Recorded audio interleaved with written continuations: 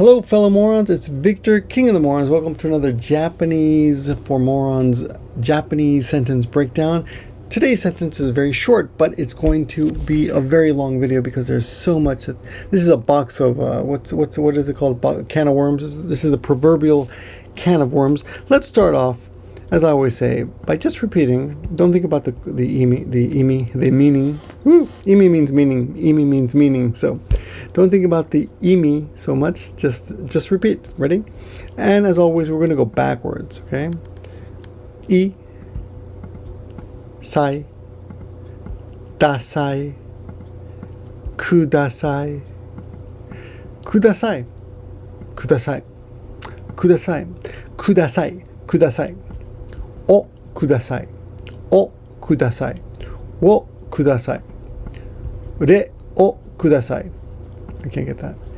Re o kudasai. Kore o kudasai. Kore o kudasai. Kore o kudasai. Kore o kudasai.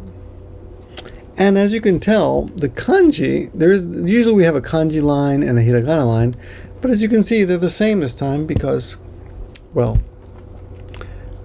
kanji is not used in this case. Now, I did get a question, and I'm going to make a summary video after the 10th video. We're going to go back and just review. It's a review video, but today, suffice to say that someone did ask me in the last comment. I think Quint Ranking asked, why do you use hiragana sometimes, and why do you use kanji sometimes? And specifically, he asked about the word kite, which means to come. And if just for your reference, kuru, this is the verb to come, kuru. But when you write kite, that's kuru. I guess I'll just write it there. This is kuru, which means to come. And when you write the te form, which is kite, I wrote it this way, which is like let's say the te form of come. And what the te form is basically conversationally a soft command, like do this. Now notice that I wrote it without the kanji, but I could have written it just a second. I could have written it this way. There it is. I could have written it that way too. It could have been this way, kite, or this way, kite. But we chose the hiragana form, and there's no real reason except just that's the habit. Like a lot of words that exist out there are just written in hiragana, even though kanji exists. One reason is those kanji are rare, and one reason is just I think part of it is to take away the stress of the sentence. In the last example, it was ittekimasu. So it means I'm going to go and come back. But itte was in kanji and kimasu wasn't. Maybe that's to stress the fact that itte is the point. I'm going to go, then I'll come back. And come back is secondary to the sentence. But maybe it's just habit. I don't know exactly why. I'll look into it. Anyway, that's not today's point. Let's go back to today's sentence, which is kore o kudasai. Kore o kudasai, which simply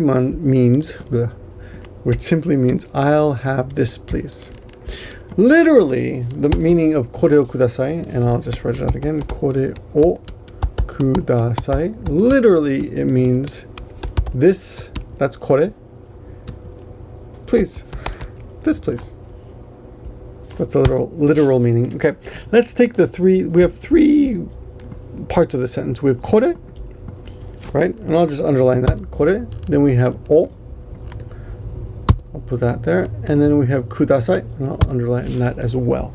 So I have three parts. Kore means this. Wo is the particle. We've talked about this before. This is the particle that comes after the object and before the verb and tells you what the verb is going to act on. In this case, the verb is kudasai. However, we get a little bit into tricky language here. Don't think about it. Kudasai means please. Kudasai. Now, yes, and also in a previous comment, someone asked me if you can say please first, like in English. No, you can't say kudasai something. That's strange. In English, you would say please give me that. But in Japanese, it has to be that, please. this, or I'm sorry, in this case, this please, kore is this. Okay, so that's kudasai. However, kudasai does come from an actual verb, which is kudasaru, and as you can see here, there is kanji to it. Kudasaru is an actual verb to give, to bestow, to kindly do for somebody, to kindly do for someone. So to do something for somebody, to do like a favor, kudasaru. Now we get into some area that I've mentioned before called the kosoado set of words, and this is good to know. It's very useful because you will see it again and again and again. So let's break this up. Okay, I'm gonna go. This is this lesson is going to be so long and rich, but very useful. So first of all, just remember this. If you take anything away from this lesson, just take away this. Kudasai. Kudasai means please, give me that. So kore o kudasai. Biru o kudasai, give me a beer. Mizu o kudasai, give me water. Ringo o kudasai, give me an apple. Jikan o kudasai, give me some time. Anything you want. Okay, now let's get to the kore part. The second thing I want you to take away, which I've mentioned before, is that we have something called kosoado. Now, before I said kosoa words, but there is actually a do section too. So we'll talk about that today. So this is the first example. Kore, sore, and where's the other one? Are, and then, oh, I didn't put the English here. Are, yes, there we go. So we have kore, which is pronounced like this, sore, and we have are, not are. And this is everything that's in the K section, the ko. Notice this is the ko section, right? The ko section is something that is close to the person speaking. So remember that. And there are many variations of the ko words, okay? The first one is kore. And kore acts as this thing. So conversationally in English, you would say this. Give me this. But this acts as an object, as the subject of, well, the object of what you want, or the subject of the sentence. It can stand alone, kore. Okay. Now in English, this can stand alone as well, but in Japanese, there are some. Let me give an example. Let's see. This is an alligator. Alligator in Japanese is wani. If I say kore wa, that means this thing that it's in my hand. But if I want to say this alligator, remember alligator is wani, I cannot say kore wani or kore no wani. That's impossible. You have to say kono wani. So it changes. But in Japanese, you would say this is an alligator. Kore wa wani desu. Or this alligator is green. Kono wani wa midori desu. Midori is green. Kono, this alligator. So notice that in English it would still be this. This is an alligator. Let's just say green to make it simpler. This is green. Kore wa midori desu. Kore wa this. Midori desu is green. Kono wani, this alligator, wa midori desu is green. So it's the same sentence, but notice that in Japanese you have two choices. You have kore, which stands alone, and kono wani, which needs a noun. Okay, you'll see this in practice later. Don't worry too much if you're not getting this. Just put it in the back of your head that a kosoado world exists. Okay, and I'll give you all the examples today, but we'll go back because we're going to go through this lesson, this series of 200 words. And we're going to come at this again many times, across this again. We're going to come across this again many times. So anyway, the first word is kore. Kore is this, or specifically this thing. It can stand alone as the subject of a sentence. This thing. And it is something that is close to the speaker, in this case, me.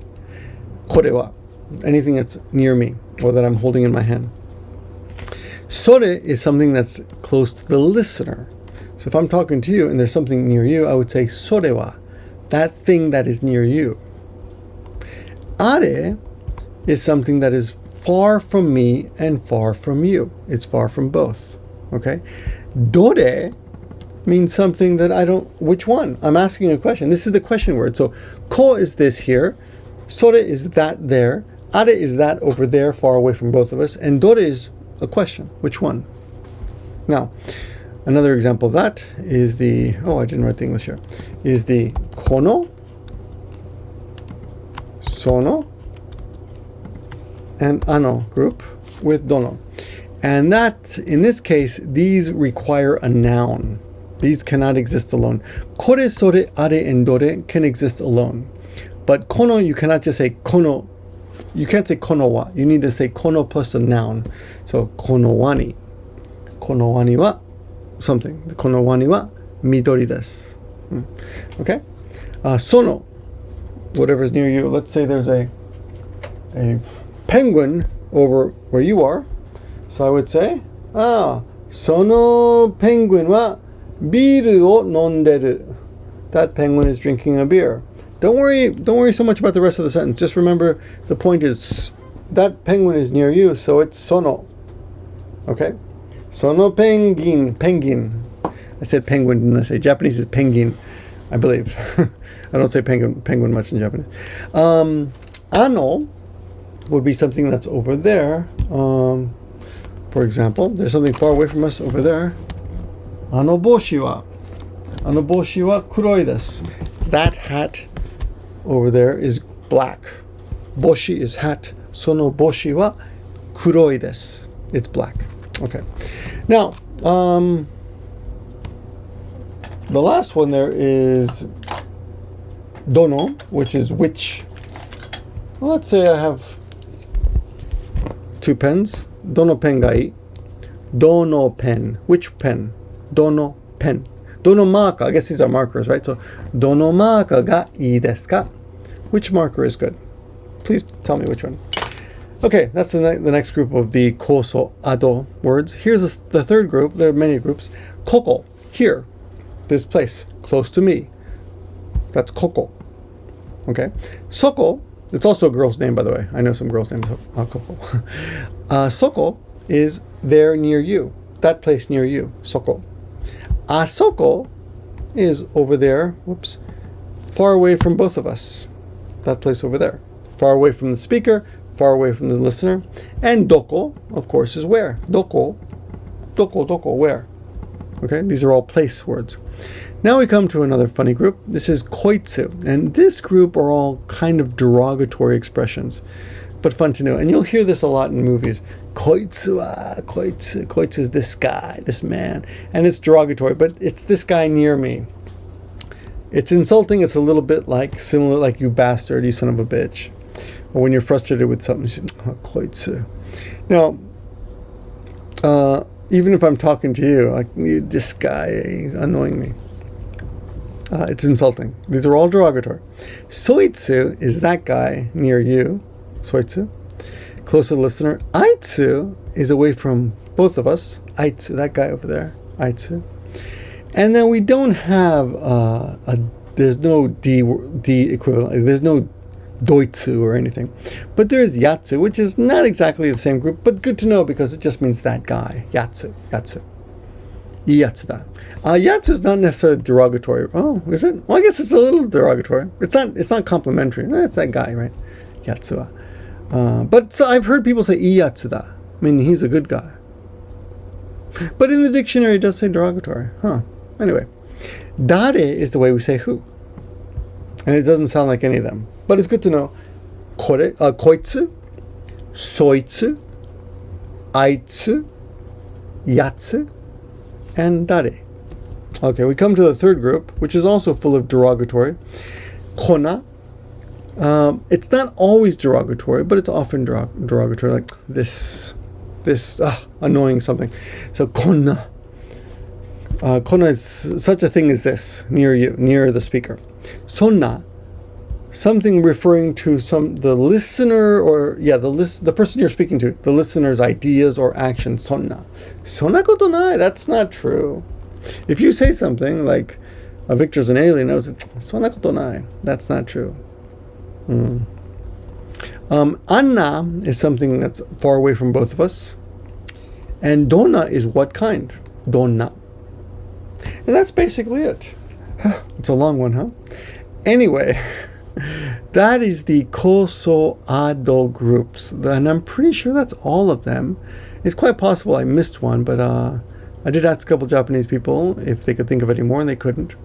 Anyway, here's the point. Kore o kudasai means give me this.